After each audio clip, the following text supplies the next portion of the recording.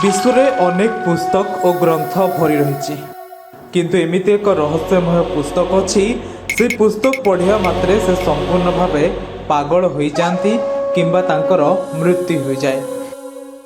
यही 700 वर्ष पुराना पुस्तक एबे भी रहस्य हो रही जाइछि। यह शैतान मानकर सबुठारु बड़ पुस्तक बोली कहा जाए।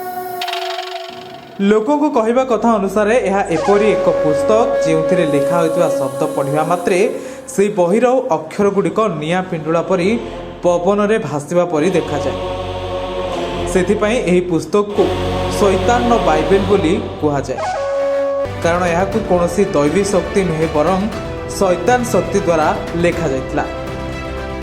तेबे एही पुस्तकर प्रकृत नाम हेउची कोडेक्स गीगा। एही पुस्तकर प्रथम पृष्ठार ही एक शैतान चित्र होइछि। एही पुस्तकटी प्रथमे 320 पृष्ठा विशिष्ट थिला, किंतु एही पुस्तक रे वर्तमान 310 पृष्ठा रहिछि। तेबे बाकी 10 पृष्ठा केउ आडे गला ता एबे मध्य रहस्य घेରରେ। किंतु सबुठारु आश्चर्यकर कथा हेउछि 85 किलोर 320 पृष्ठा विशिष्ट एही पुस्तकटी को लिखिबा पई लागिथिला मात्र गोटिए राति। तेबे यही पुस्तक लेखा जिबा पछरे किछि रहस्य रहिछि बोली किछि वैज्ञानिक मत दियंती। एही पुस्तकर रचयिता किए वर्तमान भी रहस्य घरे।